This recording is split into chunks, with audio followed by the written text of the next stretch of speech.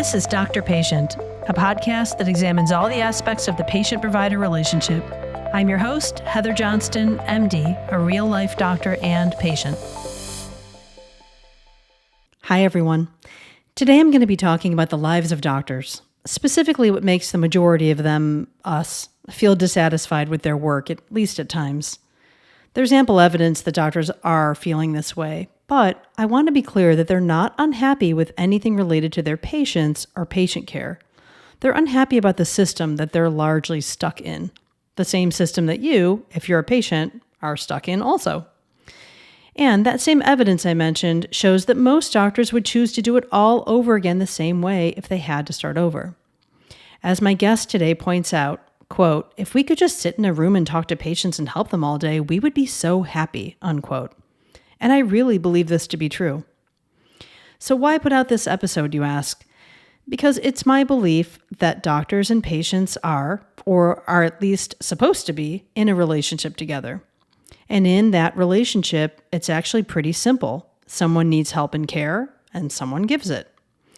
And if that's all it could be, the whole thing should work. But the external forces around the doctor-patient relationship are destructive to it. And so to keep it together and stand strongly against those outside forces, we have to understand each other. Step one of that is learning about each other's lives. Let's dive in.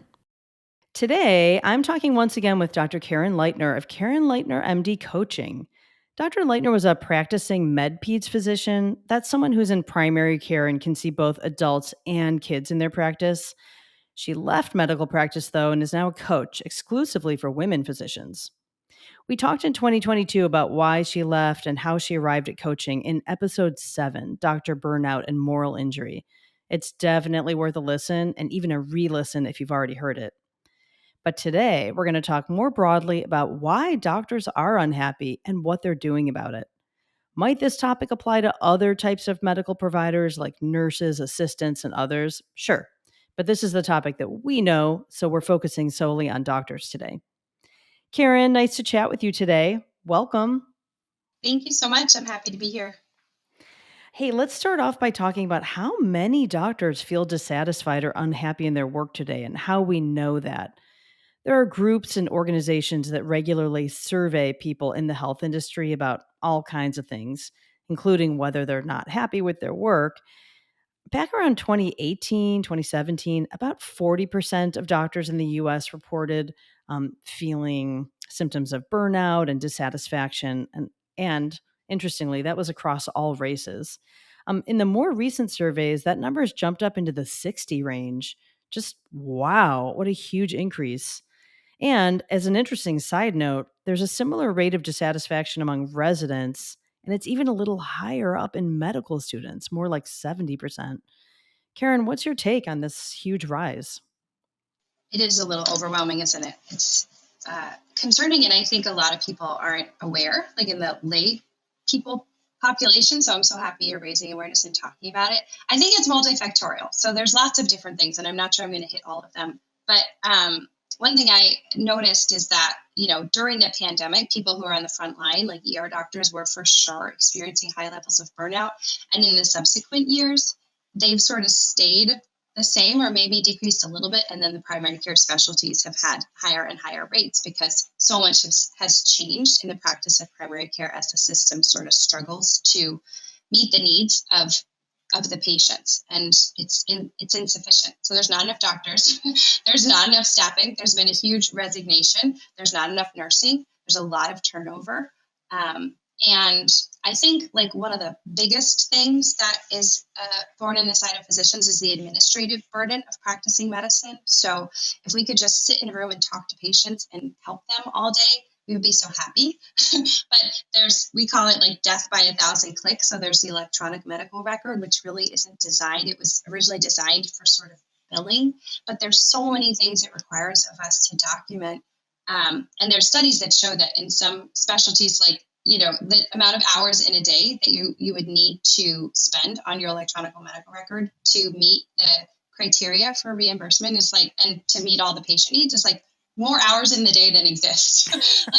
So it's a huge juggling act to get the administrative work done and not have it spill into your home life and your personal life, and not to be expected to deliver care or be available 24/7.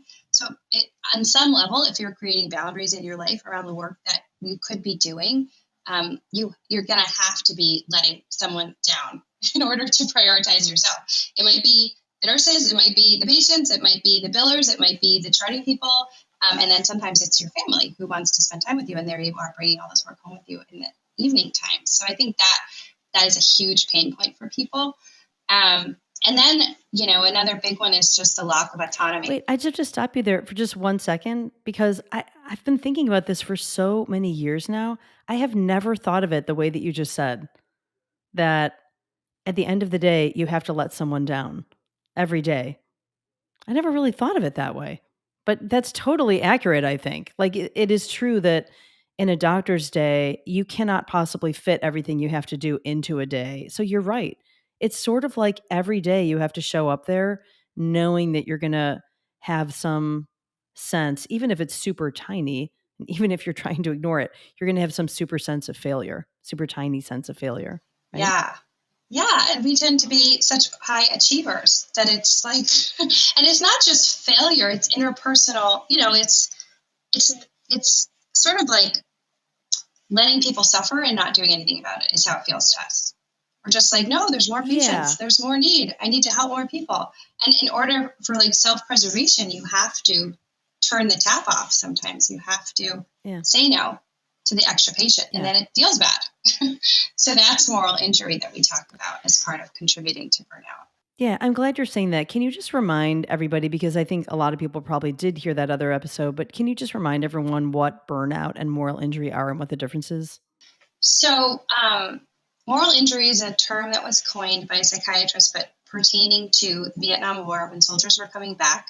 And some of them were having traumatic stress disorder and symptoms related to having experienced violence and seeing, horrible things.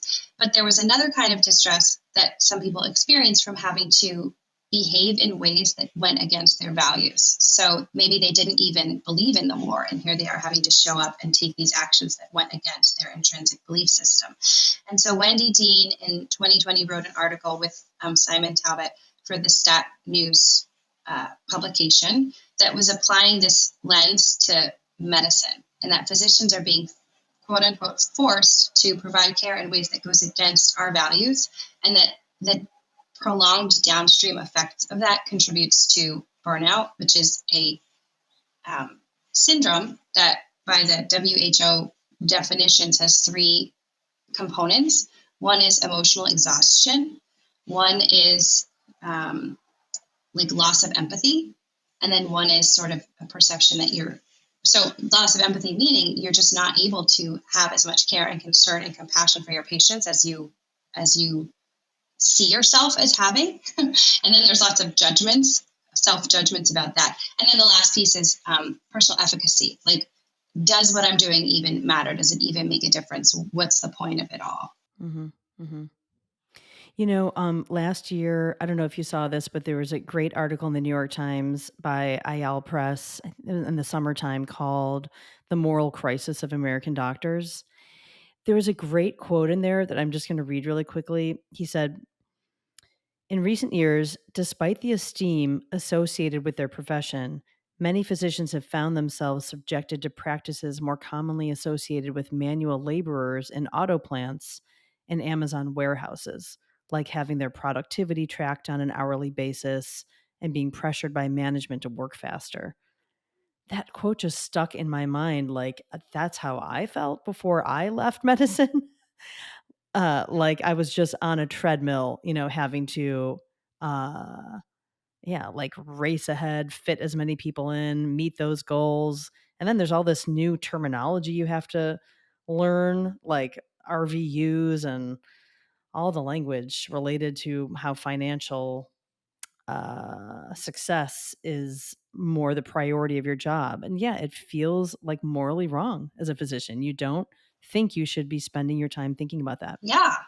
We used to say in my practice, it's like, we're not just sitting here building widgets. When you tell us how many patients we have to see in a given day and we're not seeing enough, it's like, these are people's lives we're trying to take care of. And how am I supposed to tell someone they have a terminal diagnosis or give support that their, partner left them in a 15-minute interval where, like the clock is ticking. And so there's this conflict, like even doctors sort of, we hurt ourselves by falling into this belief that like being more productive equals being a better doctor. And that's what I was saying about how the drivers of the system go against giving good care. Like, on what planet does it mean you're a better doctor if you see 45 patients a day versus 20? When I was in primary care, I do remember, we get these productivity reports every month, and you had these metrics you were supposed to meet. And we're very we want external validation. We're like, we want to be told we're doing a good job. So if they're every month, they're putting up on a screen, hey, here's how everyone is doing. Oh, Dr. Leitner, your productivity is falling down. We really need you to ramp it up. Like, you're getting message from the outside that you're not doing a good job. It's hard not to buy into that. And so sometimes in coaching, we'll slow down and people even be like, I feel bad, because it's tied into being a team player.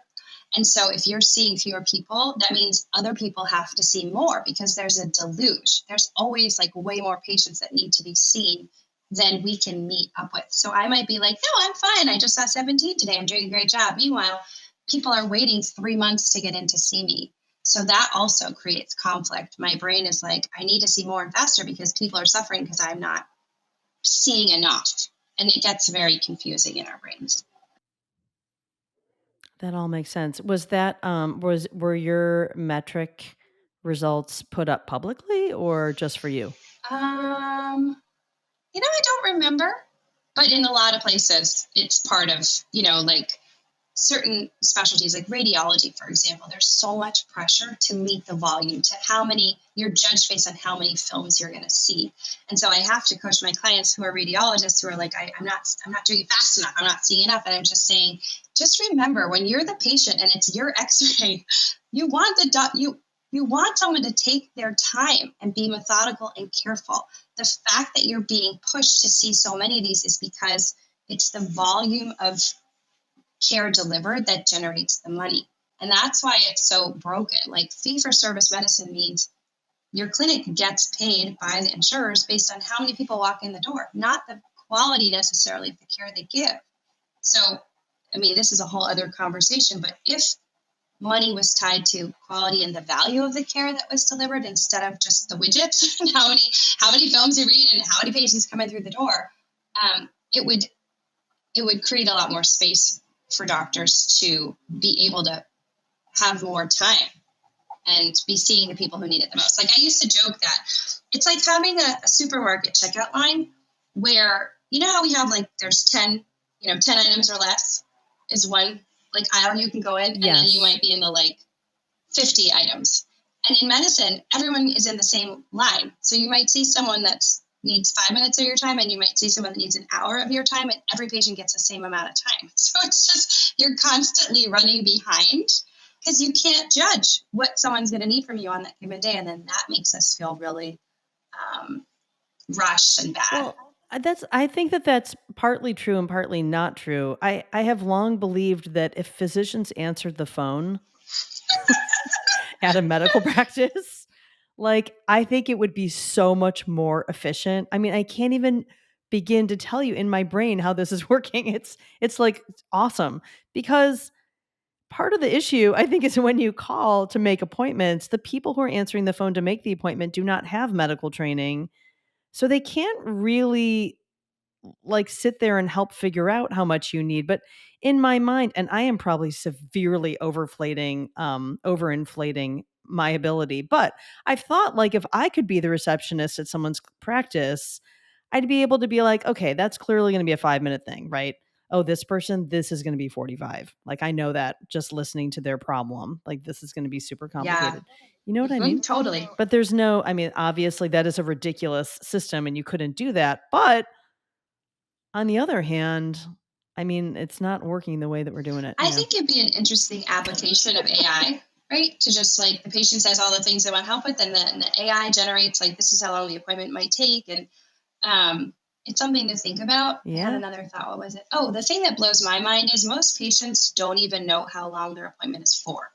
we don't do a good job of educating. And I know you spend a lot of time and energy doing this and helping people realize it's not infinite time. So prioritize before you come to the doctor. Make sure you have all the information at your disposal so you can be more efficient. Like you and your doctor as a team want to be more efficient.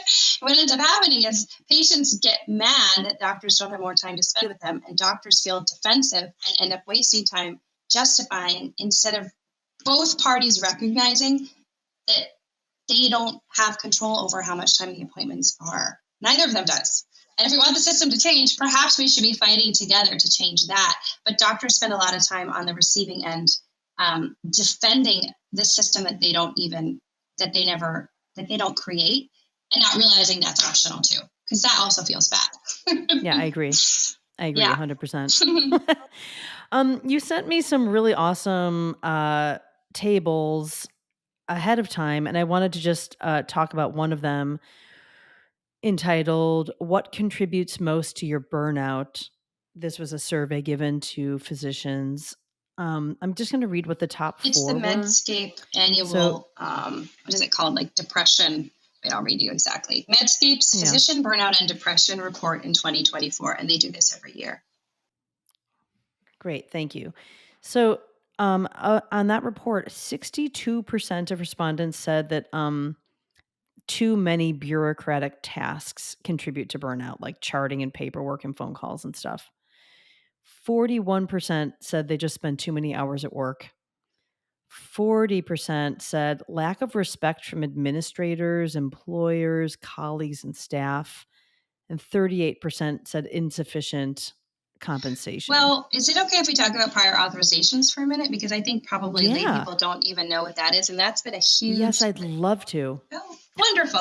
You're the only person. No, because I agree. I know exactly what you're going to say. And yes, we have to talk about it. We have Go. to talk about it. So a lot of people don't realize that every health insurer, like there's different medications and different tests and different treatments that it will and won't pay for.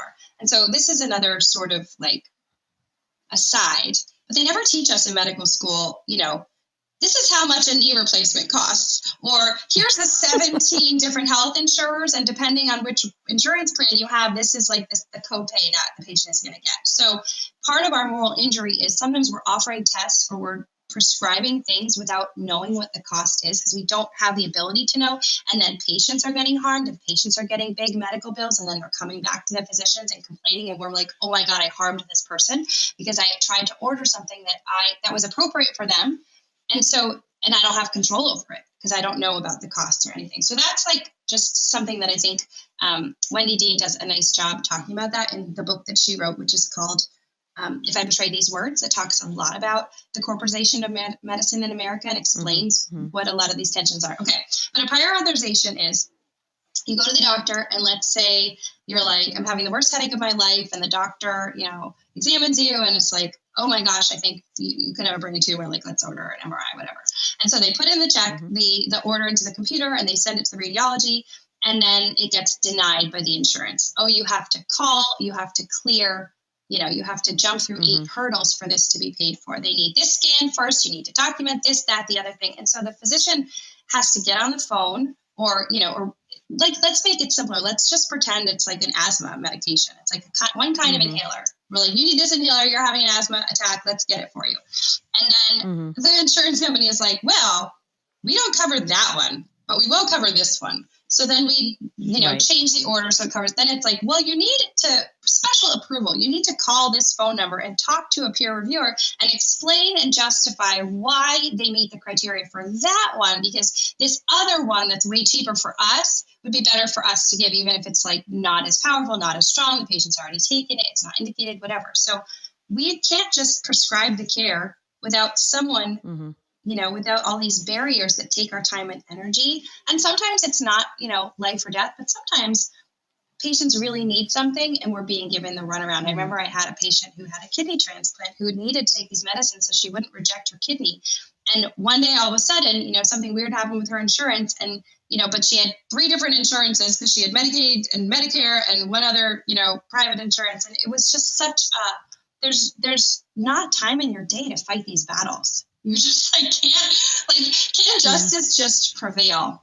And when you multiply that by several medications or several tests a day, it's just such a bad use of our time. And it costs the system as a whole a lot of money. And so, like, I live in Massachusetts, and there was a lot of steps being taken to appeal to the legislature to regulate or restrict the requirements of prior authorizations, because it's like money saving to the system, which is important, but then we have to look at where are these savings going. And a lot of times, right, it goes to like health insurers that are then making tons of money and taking money away from the patients. It's a very oversimplification of it, but it's very upsetting. Yeah. I when I hear about that, I can't begin to imagine when in a day physicians do that. I have to say, honestly, like when I was in practice, I did not have to deal with it. Pretty much all my patients were on Medicaid, and they don't have as many prior authorization situations, so I didn't have to do that. But I can certainly tell you, if I did have to, I wouldn't have had 1 minute to do it. I mean, I guess that's lunch. Lunch. I just hear physicians across the land laughing about lunch as if we get to take lunch. No, we don't get to take it. Most of us are eating like a sandwich at our computer covered with disgusting germs. Yes, I had yes. one. And so, that's a lot of the work I do, is like helping people be like, you deserve lunch. Even if someone has to wait, you have to take care of yourself too, because we will always put patients first because it feels selfish to take care of ourselves, because the system messages us that we shouldn't take care of ourselves. And that's also a big Yes. part of the problem. Yeah. I agree with that. My father-in-law just went through something recently with prior auth where he needed a certain medication, and he went through several different ones and they weren't working, and he and his physician finally found one that was working great, and it got denied. The doctor tried several times to do prior auths on it. They failed and got denied. They kept saying, you have to try this other medication first. The doctor or doctor's office, I mean, I don't know who actually was handling the paperwork, kept writing back, we've already done that, as we've provided the paperwork to you Yeah. to show. And I think it hasn't been resolved yet. I think now the physician himself has like written a 1-page letter explaining why this is a problem, that they're not approving it. And then I come back to the same question, like, how did that doctor have time to do that letter? Did they even write it themselves? I don't know, but oh my gosh, I mean, just the hoops that you have to go through. I'm just going to refer back to a couple episodes ago when I talked about drug costs in the U.S. and just how that all works. I'm just saying it in case somebody hasn't listened to that episode. They really should, because I went into detail on exactly why that situation occurs and how different insurance companies have different formularies and how those are made. And it's really just a wackadoodle system. And we're all kind of caught in the middle, the patients and the caregivers. We are caught in the middle of like the web. Yes. Yeah. Yes. All right. So we've sort of established that doctors are, the majority of doctors are feeling sort of dissatisfied and unhappy with their work. Let's talk about what are they doing about it? Like, what are some examples of what from your clients and from what we've read? What are doctors doing about their unhappiness? Well, a lot of them are leaving, which is Hmm. a really big problem for the system at whole. Like you and I, we were both excellent doctors, by the way, and we both were like, nope, we cannot do it. It's going to kill us if we stay. Yep. Yeah. Yeah. It's interesting. I mean, um, it sounds so dire. I do just think it's important to make a plug that a lot of doctors still really love what they get to do. And Yeah. the benefits of practicing medicine outweigh for a lot of people all this. This is why we continue to do it, because it is, I don't know if you want to include this in the podcast today, but like there's nothing like being able to help people in the way that we can. So I just don't want it to make it sound like every doctor hates their life and their job. Like there's plenty of people, right? There still are good opportunities out there. And there are people who are, so you might start your own practice and then you have some autonomy back, and then you get more control over your schedule, over how many patients you see, over, who says what you can and can't do within your own practice. So I think that's just to insert this from the JAMA Open in August 2020. 2/3 of the physicians across the country that they surveyed said they would choose to be a doctor again. Yeah. I don't know what that would be for other occupations, but I mean, 2/3 is a pretty high number, I think. If I think Yeah. broadly about everyone that I know, I mean, a lot of people are okay with their job. Some love it, some are kind of unhappy, a lot are so. I think 2/3 saying that they would do the exact same thing again is pretty high. So Yeah. I am glad you said it, because despite everything we're talking about, the reality is that most doctors really just simply love taking care of patients, and they just want to do it. And they're going to Yes. do it despite all this SHIT that we're talking about. You know, they're going to do it despite feeling unhappy, despite putting their own personal lives on hold, despite all the hoops they have to go through. They're still going to do it again. So thank you for pointing that out. Yes. So I know a lot of people are leaving, and I want to come back to that more towards the end. And I also want to come back to getting help, like coaching, because I want you to talk a little bit about that. But some other things I'm thinking of, like I know some doctors are leaving to do direct care practice models. Yeah. Hmm. That's kind of like concierge care and other things like it, where doctors are more in control of how their practice works and they get to make more of the decisions. Right. Um, Residents and who are doctors in training are starting to unionize more and more. I Hmm. mean, I kind of like that movement. I'm a little worried about what's going to happen when they leave residency and go out into the largely ununionized medical world, but Hmm. good for them for now for doing that. I think at Stanford that happened a couple of years ago, and then they inspired a couple other places to do that. That makes me think of, yeah, like the role of advocacy, the role of physician advocacy, which is not really something I was hearing or thinking a lot about when I was like in the throes of trying to survive practice. But, Mhm, people going to their government and like proposing initiatives through their state, medical societies and trying to change some of these regulations and trying to mhm, speak on behalf of patients, I think is something that some doctors are doing to try to take control back. There's this concept of yeah. learned helplessness, which I see a lot in the Mm, people I coach, which is, who knows exactly where it comes from, but I think a fair amount comes from our training where we're really not given any autonomy over like the lengths of our shifts, what rotation we do, when we go on vacation. Like, do you remember having a golden weekend? And that seemed like an amazing thing. It was like, that just meant you yes. got two consecutive days off. And Ah, maybe you would get like, it wasn't every month, right? It was like a few no, times a no. year. So, Yeah.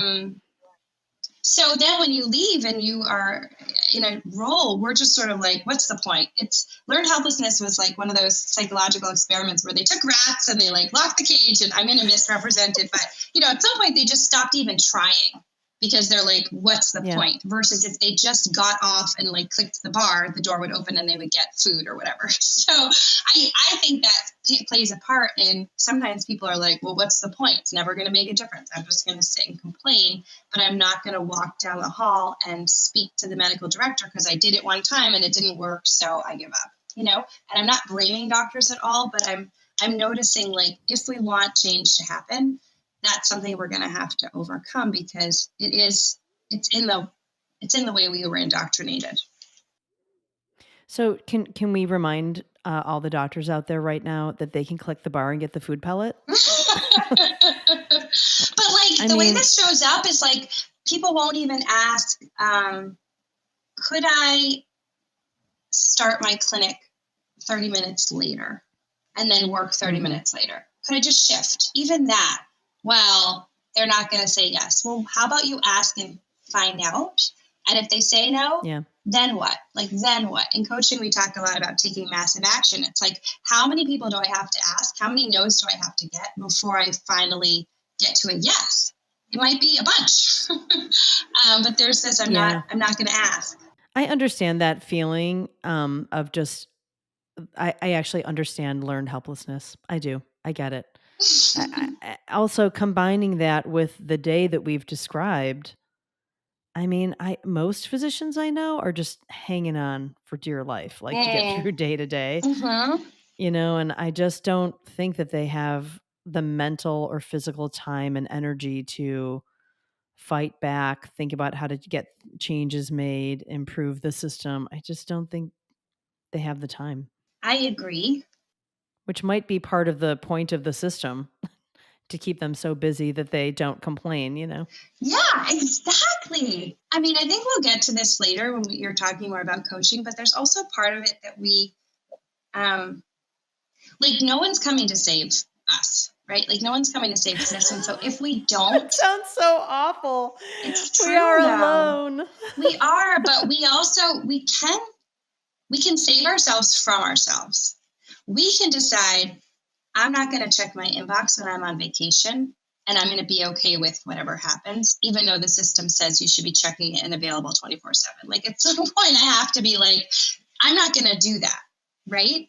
And Yeah. and it's because you're so tired and because your time is so limited that you have to do that instead of like, I can't, I just don't have the, like it won't make a difference anyway. But well, how about you try and see, because actually it can and it does. Yeah, So but I also remember you talking a couple years ago. I remember this, that you said you were coming back from vacation and you were just dreading the inbox because well, if you ignore it, it's like it's kind of like that you're going to come back to the pile. I don't know which is worse. I don't know. well, when I was in that place, I didn't know any of the tools of coaching. I didn't know how to manage my mind. And my Mhm. identity was like, if my inbox has a lot of stuff in it and I haven't like gotten to all of it, I'm just bad. I'm a bad doctor. Yeah. Like, so even just helping people separate, like, so that was part of the dread. What am I going to see in there that's going to tell me what a bad doctor I really am? It's not the inbox. It's like Mm. all the self-criticism, all the self-flagellation, all the comparing and despairing. That Mhm. is something we have more control over. And then we have, ways to, like, oh my gosh, I don't want to take us off on a tangent, but there's one thing I posted on my Instagram right now that has 75,000 views. Do you know what it is? Which is like a crazy number of What? things. It's me saying, if you are getting really, really long my chart messages, part of it's your fault. And you need to stop trying to Ah. deliver care through the EMR and stop thinking that you're doing a good job by helping people, because you're basically telling people it's okay to write me and expect me to diagnose and treat all my medical stuff in this technology that was not designed for this. It's just Nice one. like, That clearly is resonating with everybody. well, not everybody. Some patients are really mad about it, but that's what I mean. We're just Oh, like, I can't help it. I get so many mind chart messages. yeah. All right, so let's dive in a little bit more into coaching then. I mean, how has coaching helped you and how is it helping some of the people that you're working with? So I found coaching at a time where I was in a job that I felt did not value me and did not compensate me properly, and I was really resentful about it. And I'm Mhm. wondering if there's, when you read back what the top complaints physicians have about working in medicine, like this is up there, right? And so what I realized was, um, I was choosing to stay in that role. Like I could leave. And coaching Mhm. helped me really understand my value and what I had to offer, and that if it wasn't being recognized somewhere, I could take my valuable self elsewhere. And so, not that everyone who comes Mm. to coaching needs to change their job or leave medicine, or that's the heart of it, but it's starting to, if 99% of the problem is the system, and like we talked about before, all the things that make it so hard to be a physician about the system, even if there's only 1% that comes from the way we are indoctrinated in medicine, that we can change how we think, it can have a huge impact on our day to day. So I can give you some examples if that's helpful, because I think it can be kind of Mm. abstract. But the Yeah, things totally. I tend to help my clients with, like the thing that helps people come with like a chart backlog of hundreds of charts and being on the delinquent list, and then learning a new way to approach it and getting all their charts done by the end of the day they're seeing patients, is Mhm. usually looking at perfectionism and people pleasing. Perfectionism meaning, Mm. my note has to be perfect, and I don't have enough time to perfect it now, so I'm going to do it later when I get home, right? Or people pleasing means like, what are all the people going to think who read my note? What if there's and I forgot perfectionism is also like, what if I get sued? It has to be perfect because somehow that's going to Mm. prevent me from getting sued, which is actually not true. It's sort of magical thinking, because it's bad outcomes that lead to lawsuits, not like how good or bad your note is. But I digress. And then a huge part of it is people are worried about the next patient, I'm going to be late for the next patient, so I'm going to not finish the note now. Like finishing the note right after you saw the patient is always the most accurate, the highest level thinking, and takes the least amount of time. So that's really what you need to be aiming for. But for so many of us, we make ourselves wrong. We're like, I don't want to be late to see that next person. And so helping people realize you're not wrong if you're late. And of course, you don't want to be late, but sometimes you have to trade maybe disappointing someone else. And again, like a lot of times they're not even late. They're just making it up. It's just a story they're telling. But you have to disappoint someone else to avoid disappointing yourself. And then there's like, what about all my colleagues who are reading my note? I can't have a typo. What if they think terrible things about me? And it's being like, make your note accurate, tell the facts, like write the minimum of what you need to convey what's important for care and for billing, and like move on with your life. So just these small things can make, and people interrupt you all the time, right? You're trying to do a note, someone comes in. Yes. So learning how to sit with the discomfort of holding that boundary and saying, I need a minute. Like, can you wait while I finish this? It's really important to me. And how to do that in a way that feels good to you instead of being like, oh my God, they're going to hate me. Because we just pride ourselves on like being a helper and being universally liked. And you cannot be universally liked if you're going to not lose your mind in medicine. And that's the harsh reality. I don't mean to laugh about it, but it's like, you have to like yourself and recognize, even if you work 24 hours a day, 7 days a week, you can't meet the demand and you can't make everyone happy. And it shouldn't even be the goal. So prioritize yourself and take care of yourself. That's what we do. It comes right back full circle to where we started, saying that you have to start your day assuming that you're going to let someone down. Well, I think saying it that way. That's what it feels like. That's one way to look at it. And the way I think about it is I'm going to show up and do the absolute best job I can. And I'm going to know that it's not possible to make everyone happy. And it shouldn't be my goal. But I can still do a lot of good and have a lot of incredible impact on the world. And that's what I'm going to focus on. You see how it has a different feeling versus like, I'm going to piss people off today. It feels pretty lousy. Yeah. But I'm a valuable resource, and I cannot allow a patient to derail those 20 valuable minutes we have together from my medical expertise to help them to complain about my office staff or, the scheduling or the parking lot. I just won't. So, because a lot of times we sit there and we just take it. That doesn't feel good either. Yeah, great. I asked the question hoping you would answer that way. Because I want to point out the difference in how people think about it. Yeah. Yeah. It is, attitude is probably everything, I think, in today's medical care. Like how you show up those first 10 minutes of the day probably make a big difference, no? It makes a huge difference, even how you show up to your patients. If you show up being like, sorry, I'm late, versus I am so happy to see you. Thank you for waiting. What can we talk about today? Like, how can we make this visit? How can we slam it out of the park for you? Energetically for you, the doctor, that feels so much better.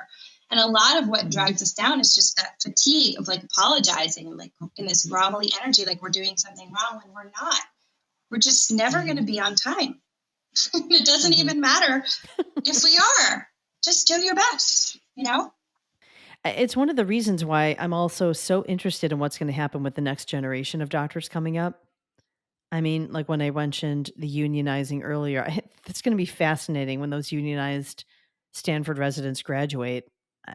I'm going to be so interested to see how they choose to practice and how they tackle the systematic problems.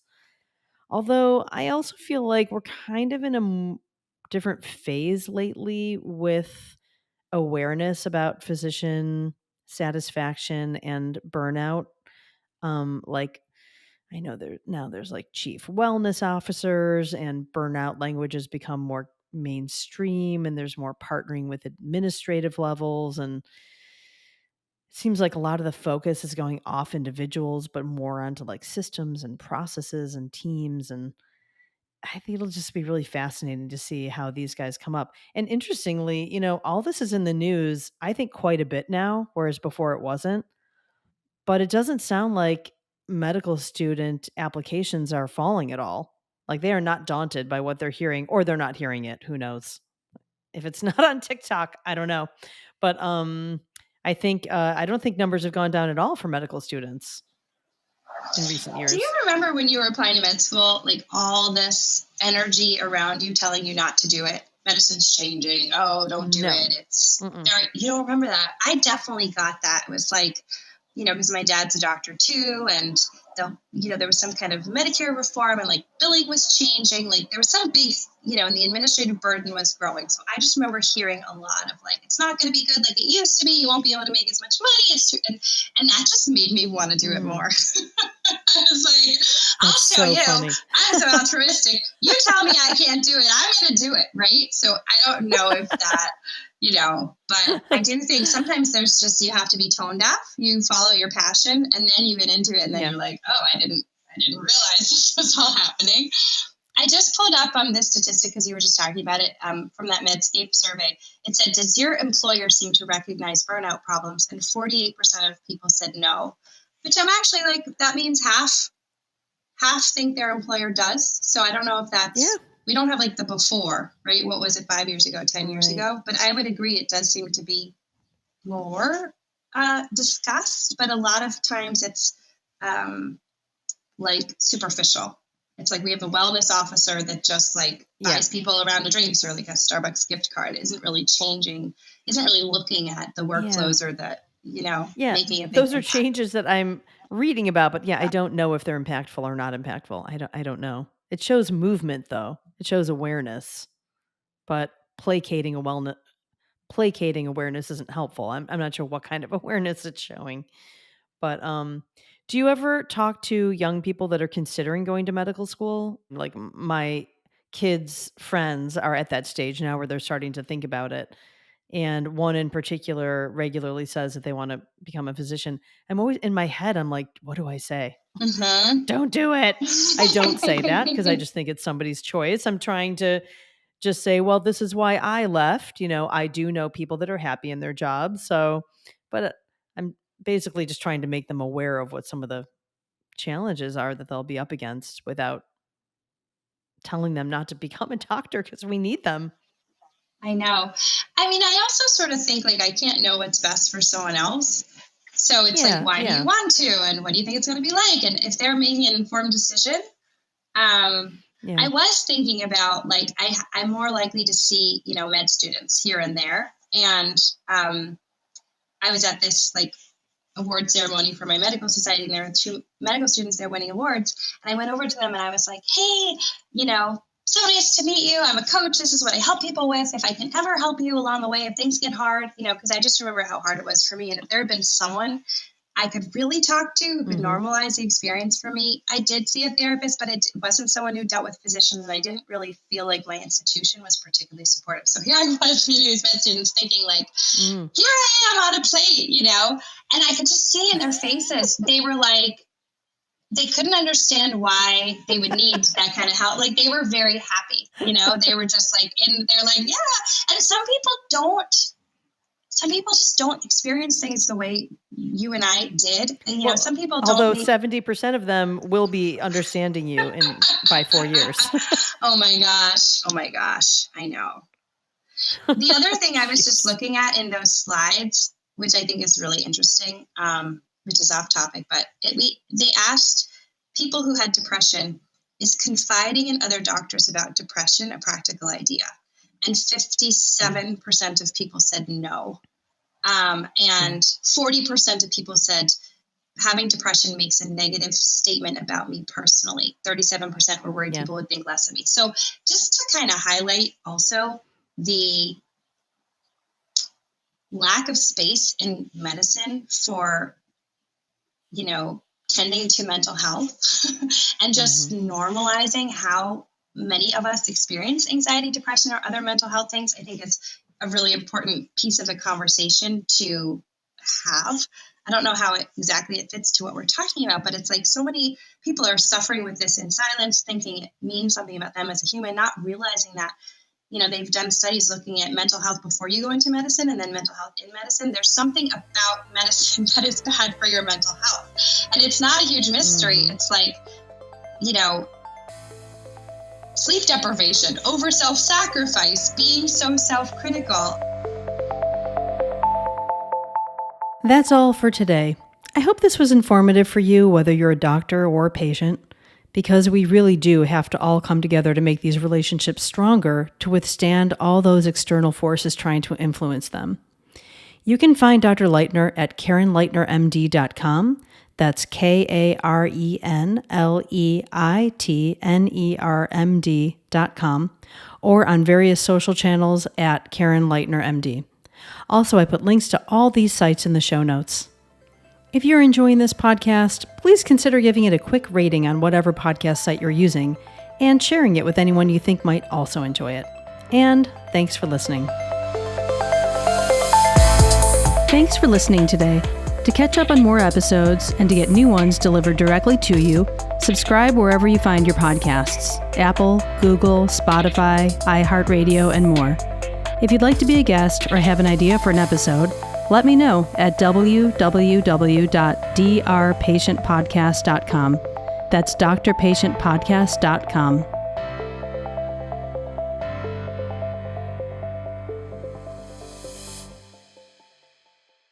Here's the disclaimer. Even though I am a doctor, I'm not your doctor. These stories, my comments, and all discussion is purely reflection about what's working in the healthcare system and what isn't. Don't use any medical information that you hear in these episodes to diagnose or treat yourself. If you have a question about your health, get in touch with your doctor or local health clinic.